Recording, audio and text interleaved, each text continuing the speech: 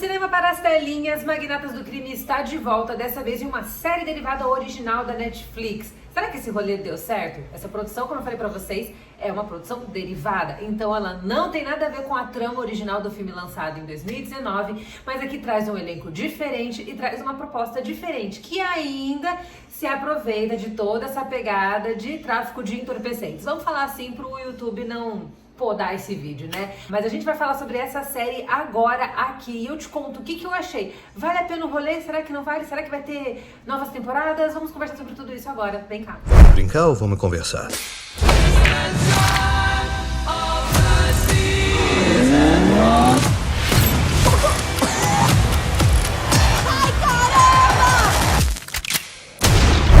Oi, meus amores, aqui é a Rafa Gomes, eu tô muito feliz de estar aqui conversando com vocês sobre Magnatas do Crime. Essa série que eu recebi em primeira mão da Netflix e maratonei assim, ó, na paulada, porque eu achei essa produção uma delícia. Ela é uma série que tenta pegar a mesma proposta do filme Magnatas do Crime, que também é de Guy Ritchie, mas aqui traz uma roupagem diferente, mas é claro, sempre com aquela mesma elegância que a gente vê nos trajes finíssimos que exalam a culturalidade britânica. Nessa produção a gente tem Theo James como grande protagonista. Ele vive aqui um duque que acabou de perder o seu pai e acaba herdando as terras da família, mas ele vai descobrir que embaixo de uma das suas propriedades existe todo um esquema de produção e tráfico de Maria Joana, vamos falar assim para não sermos pegos pelo radar do YouTube. Pois é, ele descobre esse esquema que é todo conduzido pela Kai Scodelario, que tem descendência brasileira.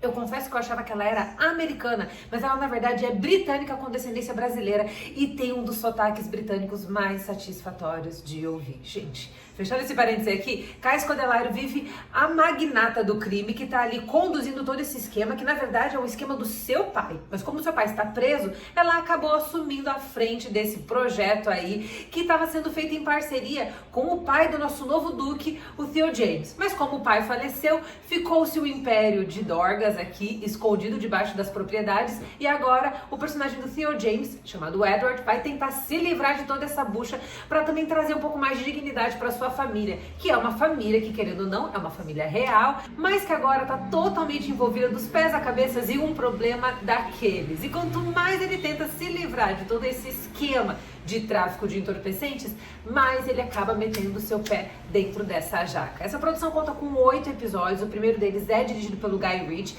e a gente consegue perceber aqui uma linearidade na estética da produção, desde a sua direção e, obviamente, até na concepção final, falando de design de produção, falando de figurinos e etc. Guy Ritchie tem uma direção um pouquinho mais conceitual, não é sempre que ele consegue se destacar na direção, às vezes eu acho que o Guy faz um trabalho bem padrão, mas eu gosto da forma como ele trabalha em tela, tanto o drama quanto a ação como o humor. Ele fez isso muito bem na franquia de Sherlock Holmes, que traz Jude Law e Robert Downey Jr., e ele tenta trazer esse mesmo humor mais ácido da franquia de Sherlock aqui para Magnatas do Crime, falando da série, num formato que funciona muito bem. Os episódios têm uma média de 45, 47 minutos de duração, e eles são repletos de momentos assim, que olhando de fora parecem aleatórios, mas que quando a gente analisa pelo conjunto da obra, a gente percebe como todos eles são completamente harmônicos. A comédia se envolve muito bem dentro da ação e que também ajuda a pautar todo o drama, todos esses dilemas e essa pegada gangster, que é uma pegada gangster com muito refinamento, porque obviamente ela se passa na Inglaterra e, é claro, ela sempre conta com aqueles detalhes e aquelas minúcias que fazem parte das tradições britânicas, como o clássico chá da tarde. Então a gente vê uma série que, dentro da sua estética, ela é impecável mesmo. Ele consegue trazer todo o ar britânico para a produção, esse refinamento através de figurinos belíssimos, que são repletos de peças de alfaiataria. O figurino do filme, ele é muito pautado por blazers, ternos, sapatos sociais, itens de couro. Tô falando isso para vocês porque, se vocês estão acostumados a acompanhar as minhas análises, vocês sabem que eu sempre falo para vocês que figurino é um personagem dentro de qualquer filme e série bem feitos. Quando a gente tem produções que são muito bem executadas, o figurino sempre vai assumir um papel de protagonista também, porque ele ajuda a pautar não apenas o ritmo da série, como ajuda a construir a personalidade dos protagonistas e também ajuda no desenvolvimento da narrativa. E a gente tem isso aqui na série de Magnatas do Crime. Figurinos que exalam muito bem toda essa cultura e esse refinamento do povo britânico, ao mesmo tempo que eles formam um contraste com essa pegada gangster, que é essa pegada onde a criminalidade rola solta, o sangue tá ali manchando a roupa de todo mundo e, é claro, a gente tem algumas decisões bem questionáveis que acabam acarretando em consequências ainda mais terríveis. Então essa é uma série onde o figurino tem um papel fundamental. A Kai Scodelario, ela tá sensacional na série, ela está belíssima. O sotaque britânico dela é um sotaque muito gostoso de assistir e a personagem dela é uma mistura de muito sarcasmo com uma certa frieza e um vínculo familiar muito forte que acaba pautando as atitudes dela ao longo dos 8 episódios, enquanto Theo James vive aquele aristocrata que é um homem mais simples, que trabalhava no exército, ele era parte do corpo do exército e que acaba abrindo mão de sua função social para assumir as coisas da família, né? Assumir esse império que ele nem sabia que existia. Mas todos os seus parentes são enrolados de um jeito ou de outro em alguma confusão e cabe a ele ser aquele que vai apagar os incêndios e também vai conduzir todos os personagens. E o Theo James está muito bem nesse papel. Eu adoro o ator, eu acho que assim, ele é muito subestimado em Hollywood. Ele arrasou na segunda temporada de The White Lotus, que conseguiu ficar pau a pau com a primeira temporada. Eu não sei se eu diria que ela é melhor do que a primeira temporada, mas ela tá ali, ó, 100% no mesmo nível de igualdade. E o Theo James está com um papel detestável na série The White Lotus.